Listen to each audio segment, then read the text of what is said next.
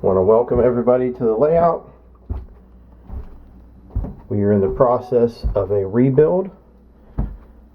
The old layout was torn down, and we are in the process of starting a brand new layout which opens up the basement. You can walk around. Nothing is blocked off like it was before.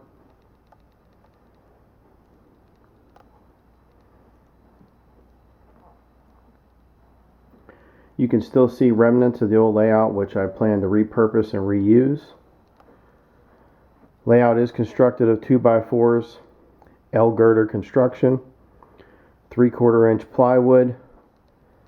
Again, everything I have, all the materials are from the prior layout. I've just tried to reuse as much as possible. You can see I've just tried to store everything so when the time comes I can reuse it. And as I mentioned, the basement is much more open, more viewable for people. But there is a lot of material here. You don't realize how much you have until you start pulling it all down. So